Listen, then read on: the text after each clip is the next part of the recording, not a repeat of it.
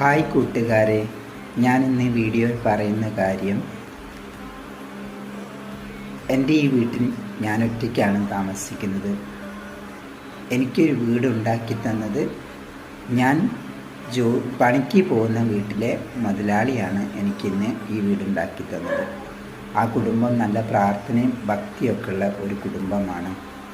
നിരന്തരം ദേവാലയങ്ങളിലും വിശുദ്ധ കുർബാന ഒരിക്കലും മുടക്കാത്ത ഒരു കുടുംബത്തിലാണ്. അവരുടെ വീട്ടിലെ പറമ്പിൽ പണിയെടുക്കുകയാണ് ഞാൻ. പശുക്കളെ നോക്കുകയാണ് ജോലി. പശുക്കൾക്ക് പുല്ല് വെട്ടി കൊടുക്കുക, അതുങ്ങളെ നോക്കുക. അതുപോലെ അവരെനിക്ക് നല്ലൊരു വീടുണ്ടാക്കി തന്നു.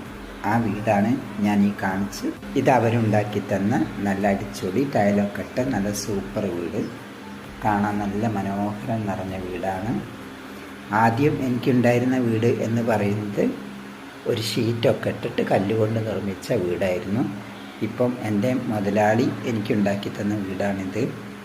ഇതിലുള്ള ഓരോ സാധനങ്ങളും എനിക്ക് ഓരോരുത്തർ തന്നതാണ്. ഞാൻ 10 പൈസ മുടക്കി വാങ്ങിയതേ അല്ല. ഒക്കെ ദൈവത്തിൻ്റെ അനുഗ്രഹം എന്ന് പറയാം.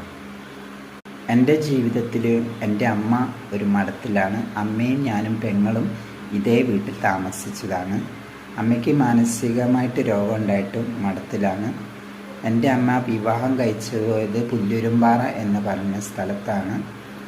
അച്ഛൻ ഭയങ്കര മദ്യപാനിയായതുകൊണ്ട് അമ്മയെന്നും അടിക്കുകയായിരുന്നു. അങ്ങനെ അമ്മയ്ക്ക് മാനസിക നില തെറ്റി എന്നെയും കൊണ്ട് ചെറുപ്പത്തിലെ അമ്മ അങ്ങാടികളിലാണ് കിടക്കുക.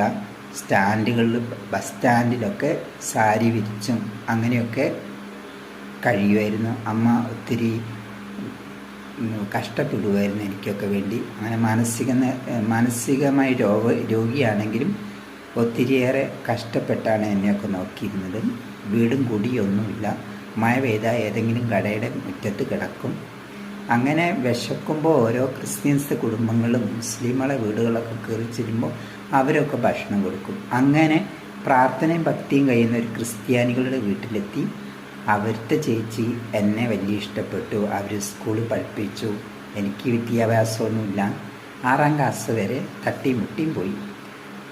എഴുതാൻ എനിക്കറിയില്ല, പക്ഷേ മലയാളം നന്നായിട്ട് വായിക്കും. ദൈവത്തിന് കൃപയാണ്. പിന്നെയും കുറേ കാര്യങ്ങൾ പറയാനുണ്ട്, പക്ഷേ അതിന് സമയം അനുകൂല്യമല്ല. ഇതിൻ്റെ ഫുൾ വീഡിയോ ഒരു ദിവസം ഞാൻ ഇടുന്നതാണ്. ഇപ്പോൾ ഇത്രയ്ക്കേ ഉള്ളൂ. അതോടെ നിങ്ങൾ എന്നെ ഫോളോ ചെയ്യുക. എനിക്കത് മാത്രമേ സന്തോഷമുള്ളൂ. അപ്പോൾ ഇതിൻ്റെ കൂടുതൽ വീഡിയോ, പലവിധം വീഡിയോ ഇനി വരുന്നതാണ്. എനിക്ക് പാട്ടിനോടും ഡാൻസിനോടൊക്കെയാണ് താല്പര്യം. അതുപോലത്തെ വീഡിയോ ഞാൻ ചെയ്യും. ഇത്രയേ ഉള്ളൂ.